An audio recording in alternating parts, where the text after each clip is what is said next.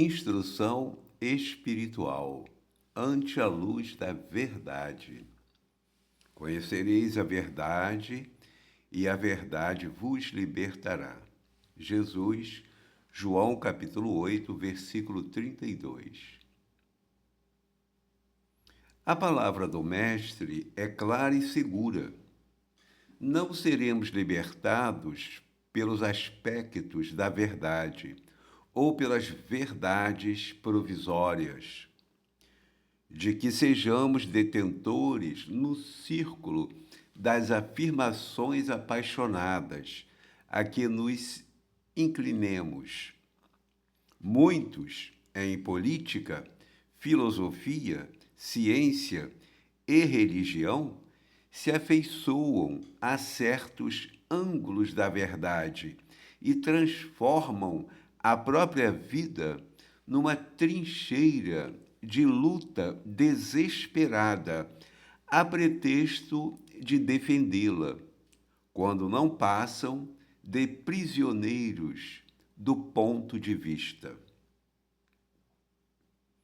Muitos aceitam a verdade, estendem-lhe as lições, advogam-lhe a causa e proclamam-lhe os méritos. Entretanto, a verdade libertadora é aquela que conhecemos na atividade incessante do eterno bem.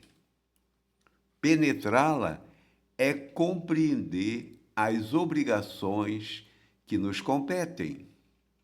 Discerni-la é renovar o próprio entendimento e converter a existência num campo de responsabilidade para com o melhor. Só existe verdadeira liberdade na submissão ao dever fielmente cumprido. Conhecer, portanto, a verdade é perceber o sentido da vida. E perceber o sentido da vida é crescer em serviço e burilamento constantes. Observa, desse modo, a tua posição diante da luz. Quem apenas vislumbra a glória ofuscante da realidade, fala muito e age menos.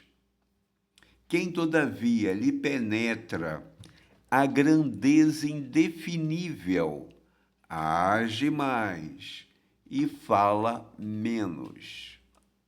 Livro Fonte Viva, editora FEB, capítulo 173.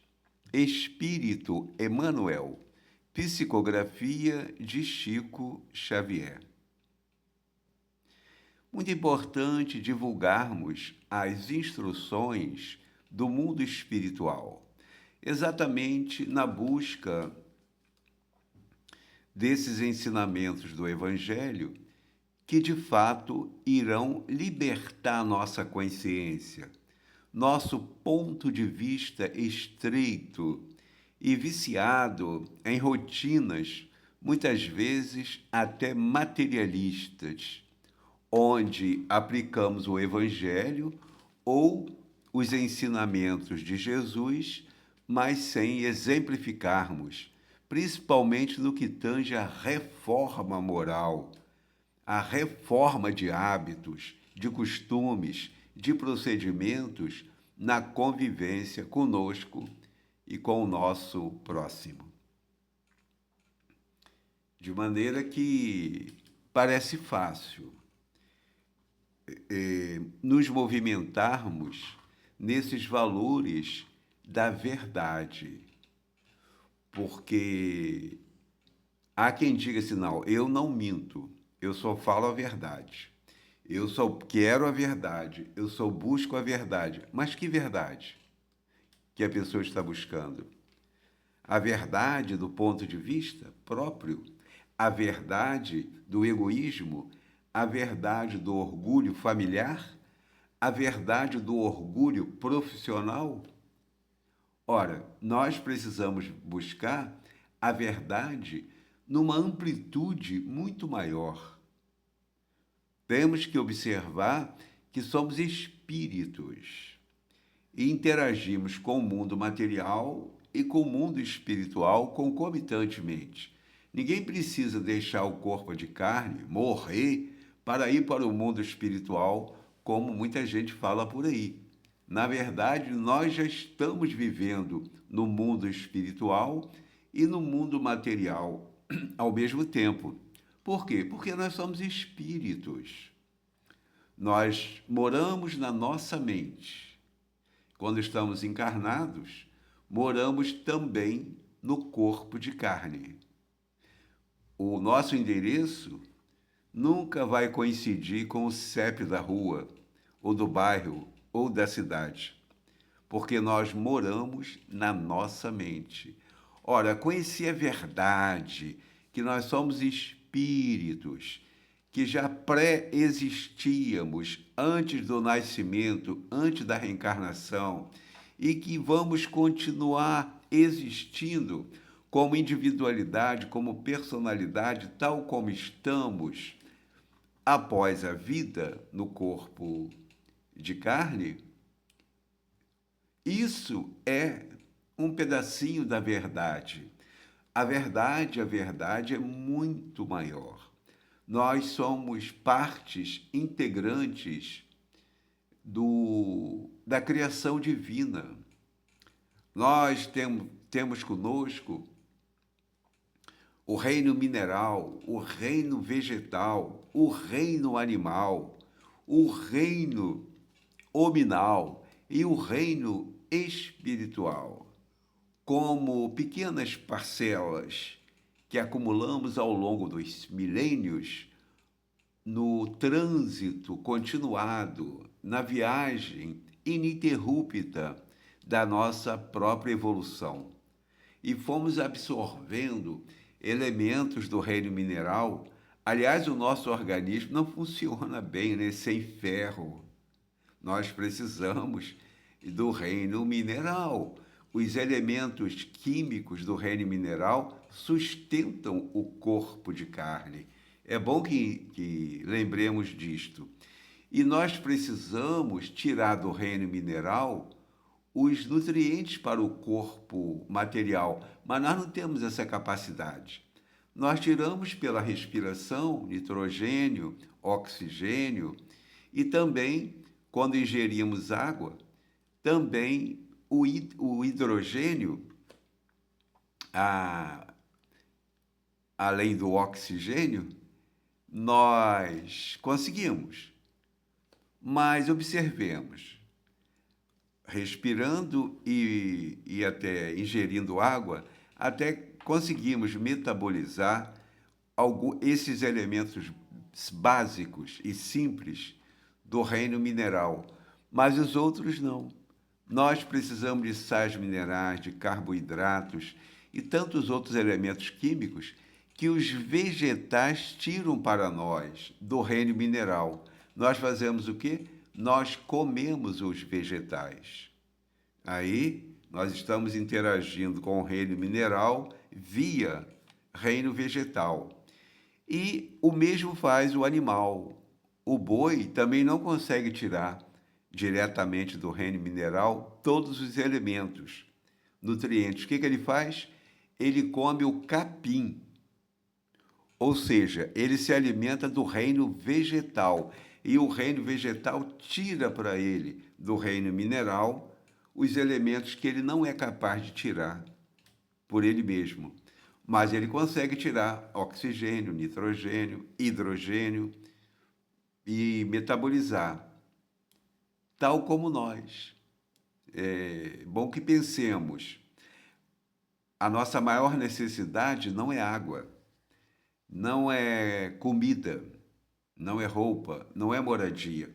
Poderemos ficar o dia inteiro sem comer, o dia inteiro sem beber água, o dia inteiro sem roupa, o dia inteiro sem moradia, mas não podemos ficar 30 minutos sem oxigênio. Quero ver o pessoal sarado aí de academia, né, que faz musculação, não sei o quê, quero ver ficar 30 minutos sem respirar. Impossível. E observemos, esse oxigênio, nessa mistura sagrada com nitrogênio que respiramos, vem de Deus. Promove, inclusive, a nossa ligação com o mundo espiritual e com o próprio Criador, porque é como se fosse o hálito da vida. Nós nos comunicamos e nos integramos com o Criador pelo pensamento e pelo ar que respiramos, por esses elementos de interligação pelas ondas, pensamento e pelo fluido cósmico universal. Nós nos integramos com todos os elementos do universo, inclusive com Deus, com Jesus, com toda a espiritualidade amiga que nos socorre, que nos ampara. E isso é algo extraordinário para pensarmos. Nós estamos integrados no sistema de evolução, juntamente com o reino mineral, o reino vegetal, o reino animal, o reino hominal e o reino espiritual. A matéria, os elementos básicos da matéria procedem do fluido cósmico universal, como dizem os espíritos. E tudo procede dele. E os dois elementos principais do universo são a matéria e o espírito. O espírito, leia-se, princípio inteligente, que nem forma humana tem. É o princípio inteligente. Ora, esse princípio inteligente, quando unido à matéria inorgânica, a matéria transforma-se em matéria orgânica. É o princípio inteligente que dá vida à matéria. Ora, imaginemos esse processo maravilhoso da evolução até alcançarmos a forma humana. Todos esses elementos que compõem o corpo de carne que nos reveste e nós interagimos, consciente e inconscientemente. As mais das vezes, de maneira inconsciente. Nós, por exemplo, não participamos do processo digestório. É um sistema vegetativo que vai funcionar de maneira autônoma. Nós não pensamos assim, bem, agora eu vou fazer a digestão no fígado, não sei o quê, que eu vou metabolizar não sei o quê, porque eu comi não sei o quê. Não, a gente apenas come, mastiga e engole. E o aparelho digestório vai fazer a parte dele de maneira autônoma, sem a nossa interferência direta. Interferimos diretamente. Pela ação mental, nós promovemos o equilíbrio ou desequilíbrio das glândulas e do próprio aparelho digestório, mas de maneira indireta e inconsciente. Nós não temos consciência do processo digestório. Nós não atuamos diretamente com a nossa vontade, como atuamos, por exemplo, no processo de mobilidade para andar. Nós sentimos a vontade, ordenamos o nosso pé que ele vá para frente e ele vai. E que o outro pé também se mova e ele obedece o comando mental da nossa vontade. Então é algo extraordinário. Nós precisamos conhecer a verdade, que nós somos espíritos, que não há morte, que a vida prossegue, que existe um governo espiritual que organiza tudo. E aqui no planeta Terra, Jesus gerencia. Jesus é o gestor. Jesus é o governador. Tem nada a ver com religião. Jesus é o governador do planeta Terra. Agora, poderemos viver os ensinamentos dele de maneira religiosa, se desejarmos. Nós temos a liberdade para escolher, para viver de maneira religiosa ou não. Então, o conhecimento da verdade de todo o conjunto da vida no sentido espiritual e material é algo muito amplo, muito gigante. E num planeta como o nosso, de prova e expiação, a maioria absoluta não sabe sobre o sentido da vida. Por isso que as pessoas usam droga, por isso que as pessoas ingerem álcool, por isso que as pessoas se perturbam com ações medicamentosas prescritas pelos médicos ou de maneira autônoma, ingerindo substâncias para fugirem da própria realidade. Mas nós sabemos que é impossível, não tem como. Porque quem pensa, quem sofre, quem está feliz ou infeliz é o espírito, não é o corpo de carne. O corpo de carne é só uma roupagem que logo logo irá desintegrar-se no processo transformador que o pessoal chama por aí de morte. Mas não a morte, só a vida após a vida. Nós estamos vivendo infinitamente, ilimitadamente, cada momento, cada fração do segundo, do milissegundo, o nosso pensamento contínuo, e o nome já diz, né? Ele não para. Nós pensamos ininterruptamente. Impossível alguém falar assim, agora eu vou esvaziar minha mente, agora eu vou parar de pensar. Bobagem. Não vamos conseguir isso, não. Não é? É uma grande ilusão. Nós não conseguimos parar de pensar. E pelo pensamento nós interagimos com as leis de Deus. Não tem castigo, nem tem perdão. A cada um é dado segundo as obras. Que obras? As obras geradas ou produzidas pela ação mental. Pelo pensamento, nós interagimos com o bem e também com o mal. E recebemos imediatamente os dividendos desse investimento instantâneo, onde, pelo pensamento, como falávamos, interagimos com todo o funcionamento das leis que regem a vida aqui no planeta Terra, com o reino mineral, com o reino vegetal, com o reino animal, com o reino hominal e com o reino espiritual. Com o reino espiritual é só pelo pensamento, não de outra forma. É tudo pelo pensamento. No reino hominal, pelo pensamento e também pela matéria, pela própria movimentação do corpo de carne. E no reino vegetal, a mesma coisa.